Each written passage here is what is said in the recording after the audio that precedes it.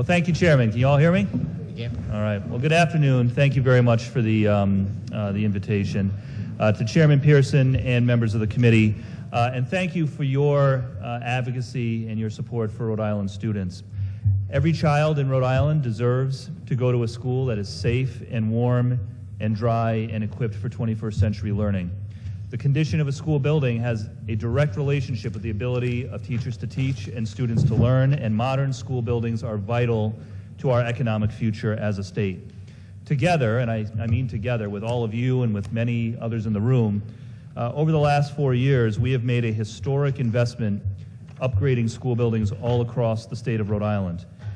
In 2018, the School Building Task Force developed a plan, and I should say that President Gallo was a valued member of that task force that I had the honor to co-chair, came up with a once-in-a-generation plan to transform school buildings all across the state. You all enacted it, and the voters ratified it in 2018. Since then, in just 4 years, the state school construction program has allocated $1.75 billion to repair or replace 189 school buildings. That's a majority of the public school buildings across the state of Rhode Island. Those projects benefit more than 100,000 students annually and have created more than 28,000 upfront construction jobs. The impact has been truly statewide, and as I look around the table, I think every community represented here by you senators has been impacted in one way or another.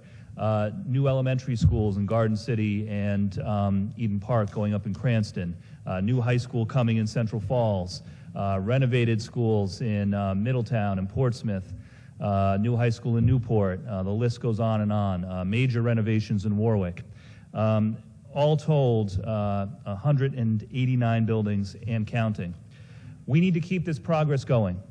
The reason that we are here today is that we are asking you to consider legislation that would put a second statewide school construction bond on the ballot and enhance the statewide school construction program so that we can keep it going until every child in Rhode Island can go to a high-quality school building. The legislation in front of you would do a few things. Number one, it would extend the enhanced state funding for education, for school construction projects that include education enhancements. That means science labs, art rooms, early childhood facilities, career and technical facilities.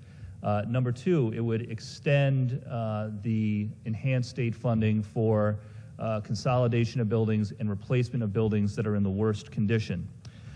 In addition to the extension of these existing enhanced levels of state support, we propose a series of new measures, and I have to thank you, Chairman, and a number of the other senators for giving us your feedback on how you would like to see the state school construction program enhanced. The enhancements that we propose include, among other things, significant incentives for energy efficiency and renewable energy features at schools, in accordance with the state's Act on Climate goals, with a goal toward getting to 100% renewable energy by the end of the decade and getting to net zero schools statewide by mid-century. Second, for the first time, this legislation would introduce enhanced state funding incentives for the utilization of local contractors and the utilization of MBEs, of minority business enterprises on these construction projects, because we want to make sure that to the greatest extent possible, when we're spending money to fix school buildings, that that work is being done by local Rhode Islanders. As mentioned earlier, this legislation would also propose a $300 million state bond on the ballot for voters to consider this year. The plan was always, when the School Construction Task Force made its recommendations back in 2018, the plan was always to do a second state bond, so this is not anything new. This is something that had been envisioned originally, and it's what we got to do to finish the job. So in closing, I want to thank all of you for your advocacy for school buildings and for school children across the state of Rhode Island. I particularly want to thank Senator Gallo for being the lead sponsor of this bill, for being a member of the task force in 2018 that developed this program, and for her work as an educator and as an advocate for Rhode Island students. Let's continue the progress. That's the bottom line.